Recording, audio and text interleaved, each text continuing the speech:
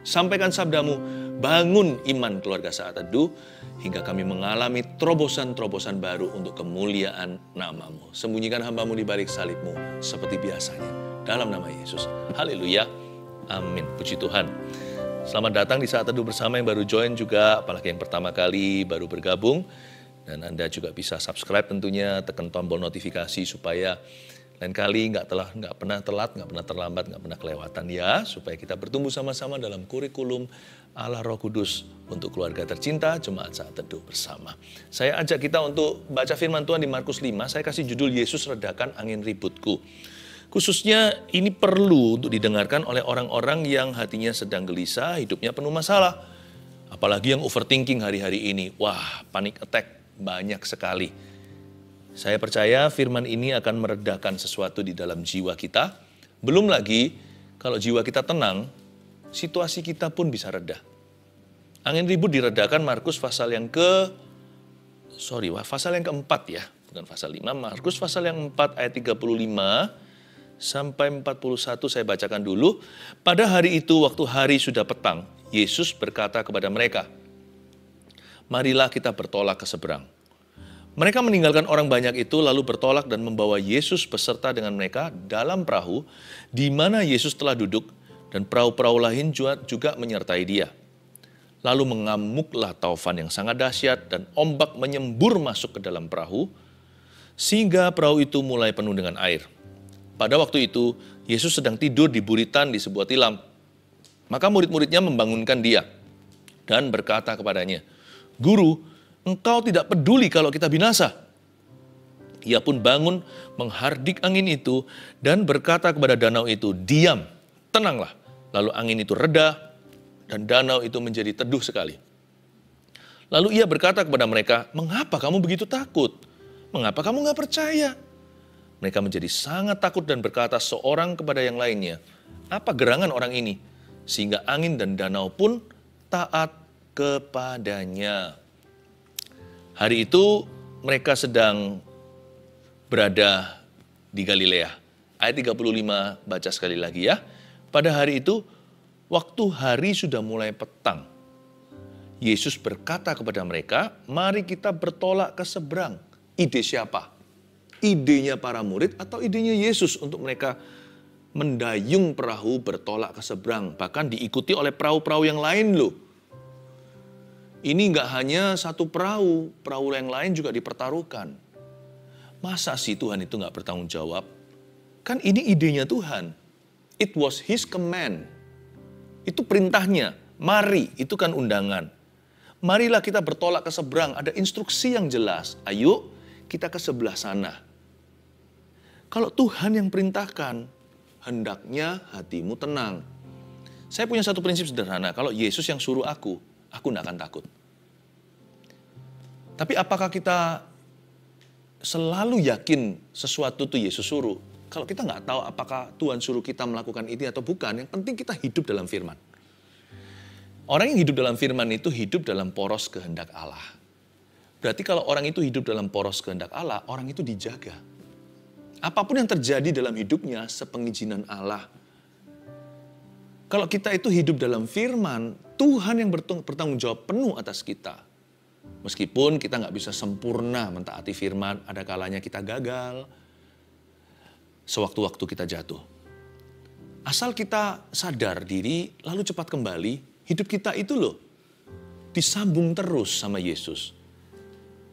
Andai kata kita itu seperti alat pembaca detak jantung, kita itu ada naik turunnya. Nanti kalau ada jurang yang curam bahkan, itu ada salib yang menjembatani. Jadi itu ditambal sama Tuhan. Itulah jahitan sorga. Cepat kembali kalau mundur. Lekas bertobat kalau murtad. Sebab hidup ini paling enak kalau di tangan Tuhan. Dan kalau Tuhan yang suruh kita itu ya kita nggak usah takut apa saja loh. Apalagi kalau kita tahu hati kita benar. Asal aku dibenarkan di depan Tuhan, saya nggak takut apa kata dunia atau apa yang terjadi pada saya. Demikian pula saya tidak perlu khawatir hari esok, karena saya tahu siapa yang bertanggung jawab atas hidupku, dan dia yang bertanggung jawab atas hidupku itu, dia sudah ada di situ. Nah, murid-murid sebenarnya nanti di ayat-ayat berikutnya dia ketakutan itu harusnya dia bisa mikir, tapi karena dia sudah terlanjur di dalam badai taufan, orang kalau sudah panik itu nggak bisa mikir.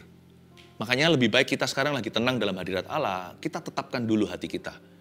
Apapun terjadi di depan, let's get ready. Mari kita siapkan diri. Kalau kita tahu bahwa hari ini kita berjalan dalam relnya Tuhan, jangan khawatir. Nggak usah overthinking. Kenapa? Aku asal ada dalam firman, firman dalam aku dalam Yesus, Yesus dalam saya. Tenang. Tenang. Nggak usah kita kalkulasi besok gimana ya terjadinya. Apakah aku masih bisa begini? Apakah aku bisa jadi begitu? Nggak usah dipikirkan bahkan. Merencanakan boleh. Setelah rencanakan, letakkan di kaki Tuhan. Nggak usah dipikirkan. Tinggal mempersiapkan diri sebaik-baiknya. Sisanya itu urusan Tuhan. Disitulah belajar berserah. Berserah itu ada fondasinya. Berserah itu bukan tidak berbuat apa-apa.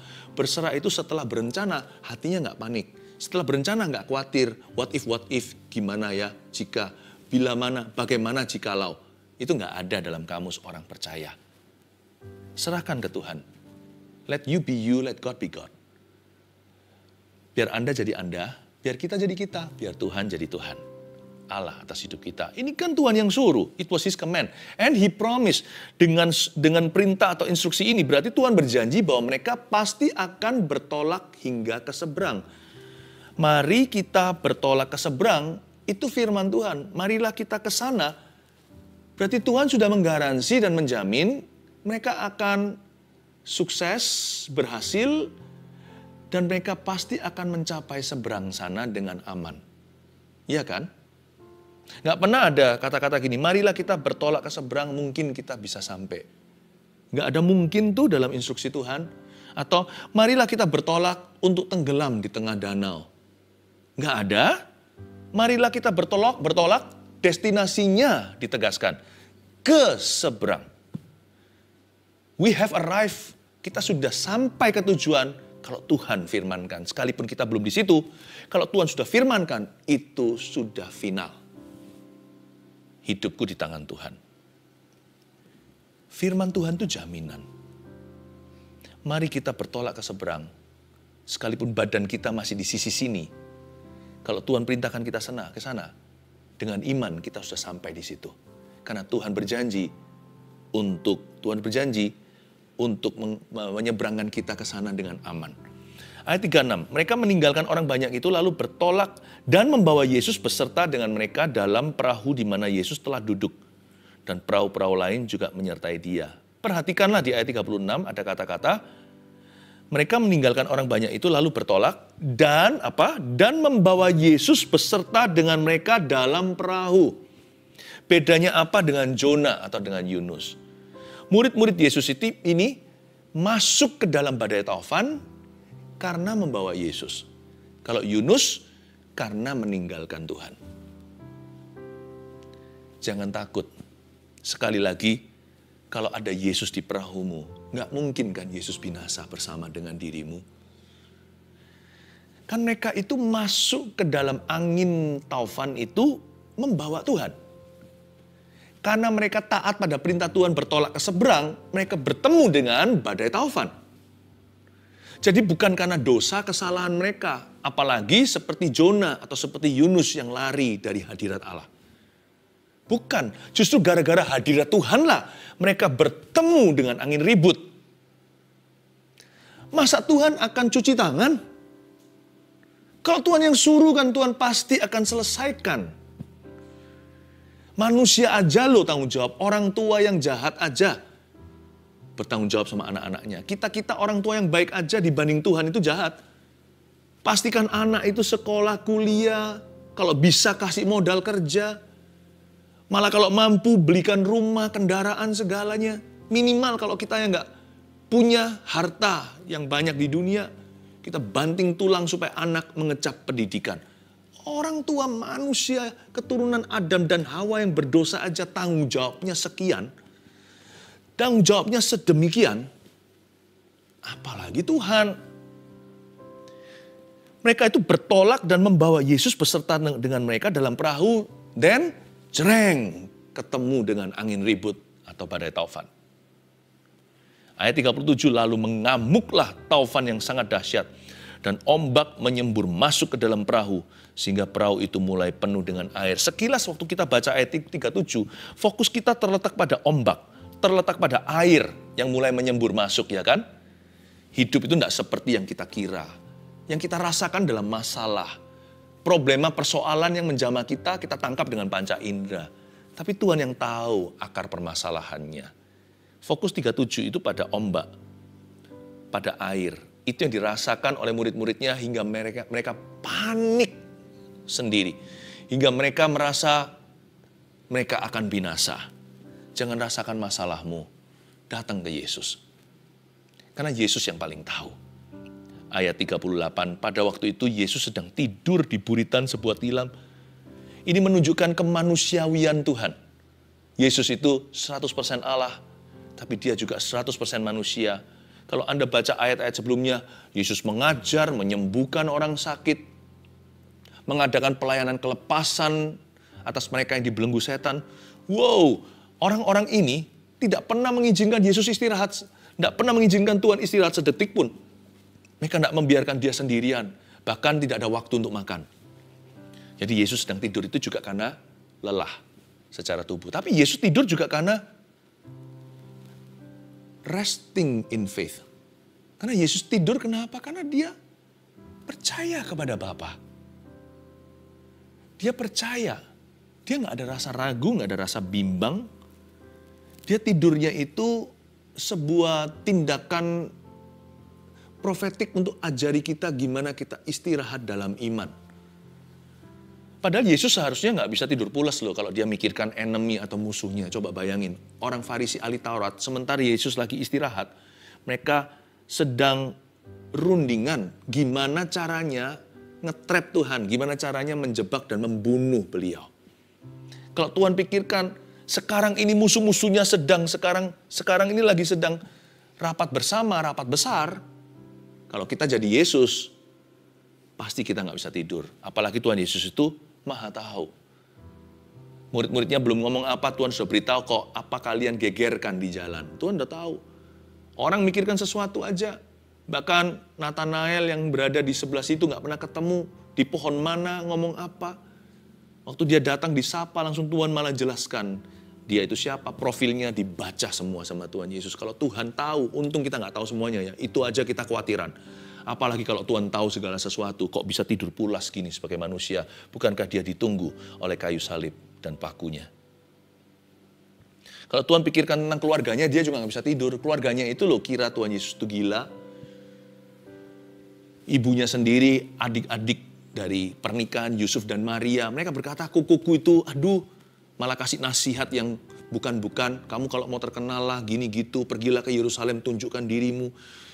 Ibunya, adik-adiknya, semuanya saudara Yesus datang waktu Yesus sedang khotbah. Kasih note, kira-kira begitu. Karena mereka rumah terlalu penuh, mereka tidak bisa masuk, ketemu. Lalu ada salah satu yang shout out berkata, itu loh ibumu, tunggu kamu di luar sana. Lalu Yesus berkata, siapakah ibuku, siapakah saudaraku, mereka yang melakukan kehendak Bapakku. Kalau Tuhan pikirkan keluarganya itu salah paham sama dia. Kalau kita jadi Tuhan, di posisi demikian, kita dikucilkan oleh keluarga sendiri, orang-orang yang harusnya paling memahami. Bukankah hati kita itu jadi gelisah, galau, luar biasa. Mendingan orang yang gak kenal kita, gak suka sama kita daripada orang-orang rumah, ya kan? Kalau Tuhan pikirkan murid-muridnya, Tuhan selalu akan berkata, aduh kapan murid-muridku itu dewasa? Apa gak khawatir? Percayakan kerajaan Allah ke tangan orang-orang yang amatir. Orang-orang yang hanya gegeran siapa terbesar di antara mereka. Bisa aja orang gak bisa tidur karena kerjaannya gak kelar. Aduh kapan ini jadi bagus? Mikirkan orang-orang banyak, crowd. Dengan kebutuhannya, Yesus kan memang sangat iba hatinya. Bagaimana mereka bisa makan gak itu setelah aku kasih 5 roti dan 2 ikan? Apakah nanti mereka semua yang sakit itu kasihan loh? Si itu menderita, si ini mati. Makanya kalau hati nurani kita tidak teguh dan kuat berdiri, kita nggak bisa bedakan antara empati dan simpati. Kita bawa-bawa keluarga kita yang hancur karena ministry.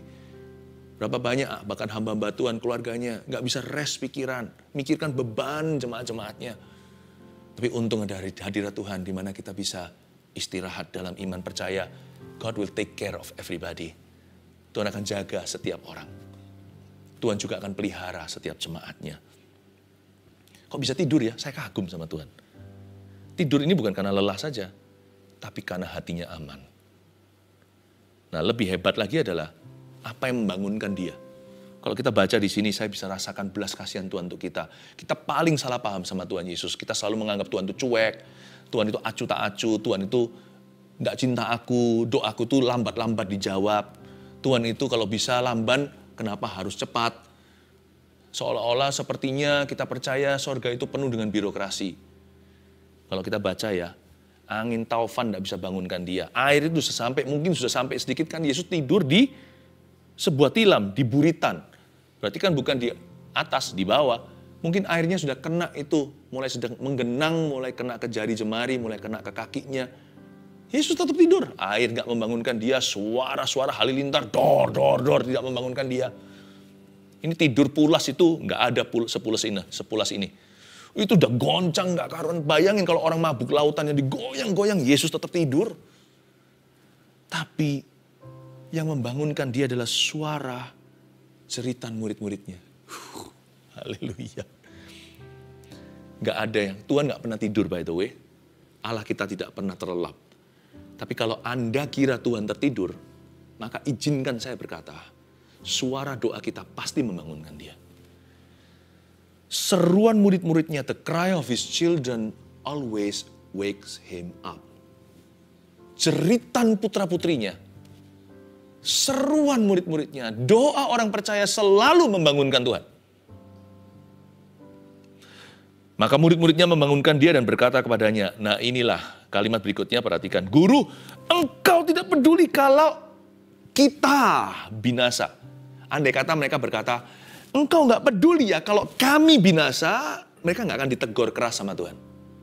Kamu orang yang nggak percaya, angkatan yang meragukan. Nggak.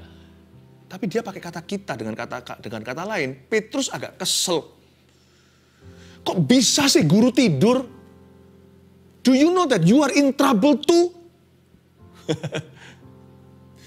Mungkin Tuhan kalau mau jujur sama kita ya, 75% doa-doa kita seruan pada Tuhan itu menggelikan surga. Membuat Tuhan tertawa, tapi untungnya Tuhan tuh nggak ketawain kita, nggak suka kita diketawain ya kan. Tuhan tuh benar belas kasihan. Tapi Tuhan itu banyak ngefur sama kita, banyak ngalah. Engkau nggak peduli ya kalau kita, termasuk you and me, kita akan binasa. Mana bisa Yesus binasa? Come on lah. Engkau tidak peduli kalau kita binasa. Kesalahan, salah ini ngomong begini. Minimal kalau nggak percaya itu jangan bawa-bawa Tuhan. Guru, engkau tidak peduli kalau kami binasa. Nah itu baru masuk akal. Ya manusiawi. Tuhan kok diajak ragu? Tuhan kok diajak debat? Ia pun bangun langsung gak menghardik Petrus. Gak menghardik murid-muridnya. Ia pun bangun menghardik angin itu. You are not his enemy. Anda bukanlah musuhnya. Dia menghardik angin itu. Tapi lucu. Kok angin yang dihardik? Masalah yang mereka rasakan. Masalah yang kena ke skin atau ke kulit mereka adalah air dan ombak. Kok angin yang dihardik itu gimana? Tuhan paling tahu. Tuhan paling tahu. Dihardik angin itu dan berkata kepada danau itu, diam dan tenanglah, lalu angin itu reda. Be ready untuk kalimat penggalan berikutnya. Dan danau itu menjadi teduh sekali. Tuhan tidak pernah hardik manifestasinya, simptom atau gejala. Yang Tuhan hardik itu selalu akar permasalahannya. Tuhan itu bisa tutup sumbernya. Itu Tuhan Yesus. Makanya itu bodohlah kita kalau kita bersandar pada pengertian kita sendiri. Karena manusia itu alfabetnya hanya A sampai Z. Tuhan itu bahasanya melebihi yang kita ngerti akal budi. Bahkan ketika saya berdoa dalam roh, saya tidak ngerti. Karena saya masuk dalam pemahaman dan hikmat-hikmat Allah. Lebih dari itu Tuhan Maha tahu. Kita hanya bisa melihat hanya masa lalu itu pun banyak lupa-lupa kan? Masa depan nggak bisa lihat sama sekali, hanya bisa merencanakan. Masa kini pun samar-samar. Kita baru sadar nanti 1 tahun kemudian noleh ke belakang, oh gitu maksudnya. Tuhan itu tahu crispy clear. Ya. Pengetahuan Tuhan itu kriuk-kriuk, tahu dari belakang, tengah sampai depan tahu semuanya. Alfa dan Omega. Dan dia tahu bahwa masalahnya itu angin, bukan air dan ombaknya. Tuhan tuh nggak gegabah. Airnya keringin. Enggak, Tuhan nggak hiraukan airnya. Bahkan yang cari masalah sama dia, Petrus dan kawan-kawannya pun nggak diadik sama Tuhan. Jangan reaktif jadi orang. Responi aja yang maha kuasa, jangan reaksi dengan kondisi dan situasi atau keadaan. Jadi 90% masalah itu akan selesai oleh pengenalan akan Tuhan. 10% karena Tuhan jawab doa. Kalau kita kenal Tuhan ya, ada banyak hal itu yang kita kira itu masalah. Setelah kita kenal Tuhan lebih baik lagi, lebih dekat. Nggak masalah tuh. Lalu ia berkata kepada mereka ayat 40, mengapa kamu begitu takut? Mengapa kamu tidak percaya? Ini kata nggak percaya itu Tuhan tegur, ya kan? Karena kalimat tadi, saya ulangi lagi, guru engkau tidak peduli kalau kita binasa. Ada satu hal lagi yang salah dari kata guru, engkau tidak peduli kalau kita binasa. Kan kata kita binasanya itu salah. Tapi ada kata engkau tidak peduli, itu kan mempertanyakan motivasi, karakter, moralnya Allah. You don't care, do you? Kamu tidak peduli. Orang itu kalau sudah panik, buta secara rohani, Tuhan pun dituduh. Padahal Tuhan itu sumber segala-galanya yang baik. Engkau tidak peduli, you don't care. Makanya sekarang Tuhan giliran setelah danaunya tenang, Tuhan berkata, hey guys, mengapa kamu nggak percaya? Ini bukan percaya angin itu bisa reda. Mereka nggak pernah alami ini sebelumnya. Tuhan nggak tegur iman mereka akan mujizat. Enggak sih. Tuhan tegur iman mereka akan karakternya. Tuhan bilang, kenapa kamu nggak percaya? Kalau bisa saya tambahi untuk bisa membuat kita ngerti. Mengapa kamu nggak percaya? Sama maksud hatiku yang mulia. Sama my good intention, maksud hatiku. Sama karakterku. Kenapa kamu nggak percayakan kasihku? Nggak percayakan kuasa Tuhan itu nomor 2. Nggak semua orang itu gagah perkasa imannya. Tapi kita semua harus absolut percaya akan kasihnya. Telat kalau enggak. Yesus sudah mati 2000 tahun lalu. Kemarin kita baru rayakan Jumat Agung. Masa kita masih mempertanyakan motivasinya? Masa kita masih meragukan kasihnya? Why don't you trust me? Mengapa kamu tidak percaya sama aku? Mereka menjadi sangat takut. Dan berkata seorang kepada yang lainnya, siapa gerangan orang ini? Sehingga angin dan danau pun taat kepadanya. By the way, Petrus dan kawan-kawan, pertanyaan kalian ini, kita punya jawaban bukan karena kita lebih hebat dari mereka, karena sekarang kita punya Alkitab yang lengkap.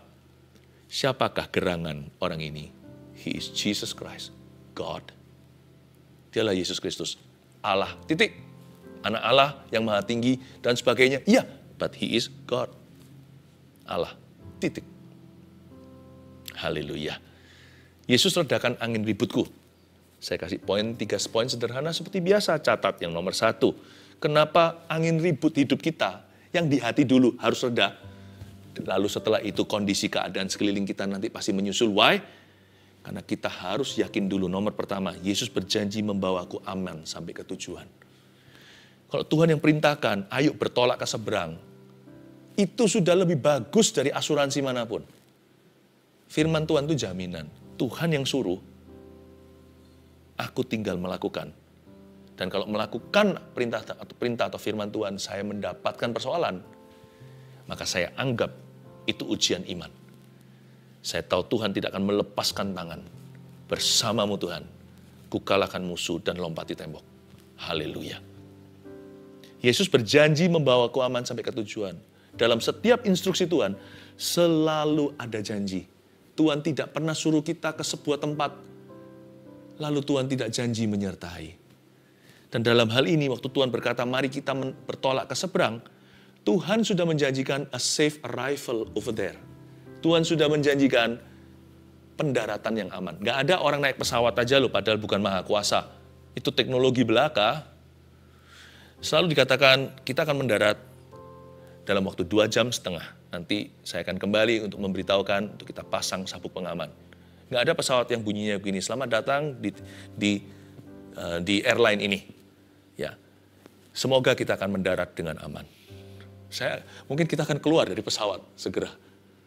Maka airliners kami atau company perusahaan ini menjanjikan kita hampir-hampir akan selamat. Mungkin, jikalau kita beruntung, kita tidak akan tenggelam di samudera lautan. Nggak akan. Pesawat yang berani angkut kita berani mendarat. Pesawat yang berani mendapatkan penumpang ini, mereka harus menjamin keselamatan. Ya, mereka bahkan tahu sampai menitnya kapan mereka akan sampai ke tujuan. Apalagi Tuhan. Tuhan sudah memberi kita safe arrival, promise, janji sampai ke seberang. Minimal jikalau hidup ini tidak seperti yang kita harapkan. Seperti Ayub yang isinya penderitaan. At least paling tidak kita bisa berkata pada diri sendiri, it is well with my soul. Jiwaku, kau baik-baik saja. Apapun yang terjadi, Tuhan itu baik. Paling tidak satu hal aku mengerti, untuk ini aku bersuka cita melebihi segala mujizatnya. Namaku tertulis dalam kitab kehidupan. Semua yang bisa direnggut dari aku hanyalah materi. Semua hanya fisik jasmani.